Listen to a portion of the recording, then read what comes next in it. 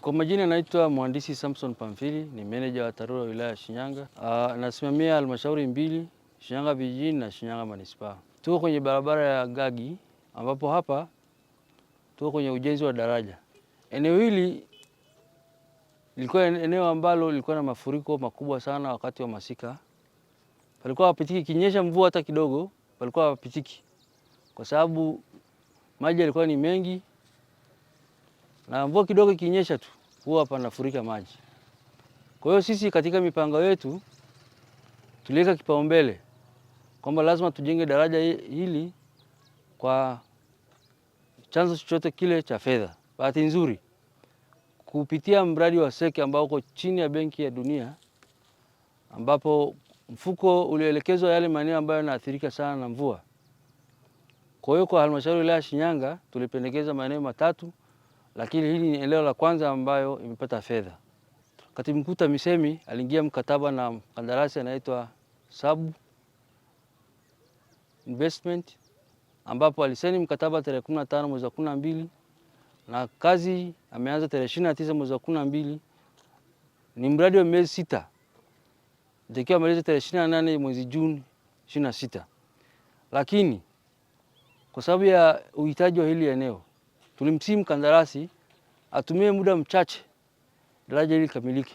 Tangu ameanza kazi, huu mwezi ni miezi 2.5 na amefanya hadi sasa kazi yake ametekeleza kwa 93%. Kwa hiyo tunatarajia hadi tarehe 28 mwezi huu tunategemea kwamba daraja linapitika, tutakuwa tumebackfill hizi approaches, tutakuwa tumejaza kifusi daraja lipitike, na itakuwa imekamilisha siku 28 toka tumwage hili zege. Hii zege leo ina siku ya 14. Kwa hiyo ukipiga hesabu siku 28 bado siku 14. Kwa hiyo tunategemea tarehe 29 magari yatakuwa yanapita juu ya hili daraja. Hili daraja ilikuwa ni kilio cha muda mrefu sana. Mvua zikinyesha kama hiki kipindi cha masika, wa mama kuvuka ni tabu, walijifungulia hapa, lakini watoto kwenda shule mpaka wapatikane watu wa kuwavusha, wengine wanavushwa kwa pesa, wakati mwingine mwenyekiti wa mtaa na wajumbe wake wanakaa hapa kusubiri kuvusha watoto. Kwa kweli ilikuwa ni adha kubwa sana.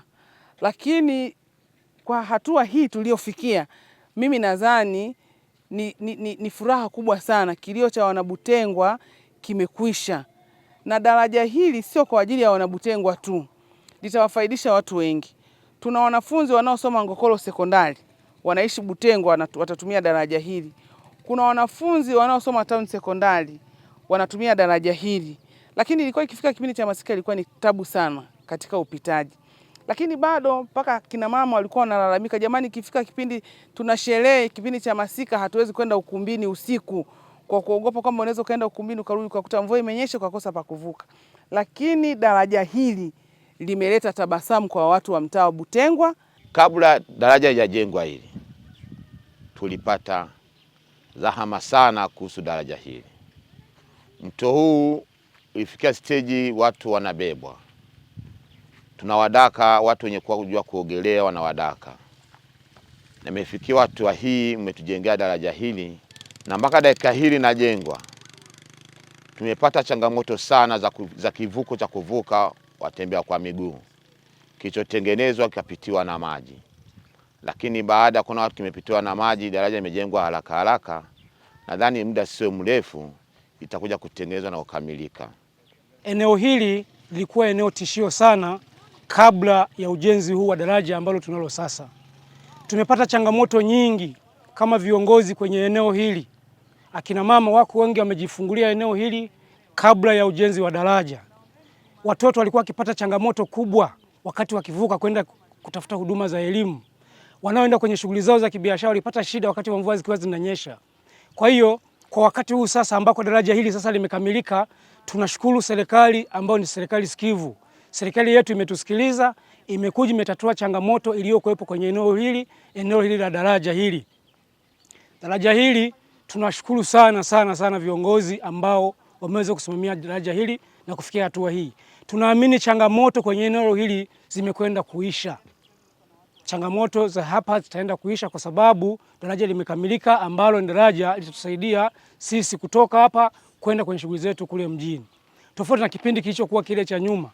Na mvua zimekuwa zikinyesha, tumekuwa tukija tunavusha watu hapa, tunawabeba watoto, wakina mama, wazee walikuwa hawawezi, lakini kuanzia sasa kwa kipindi hiki wataanza kupita bila shida yoyote ile.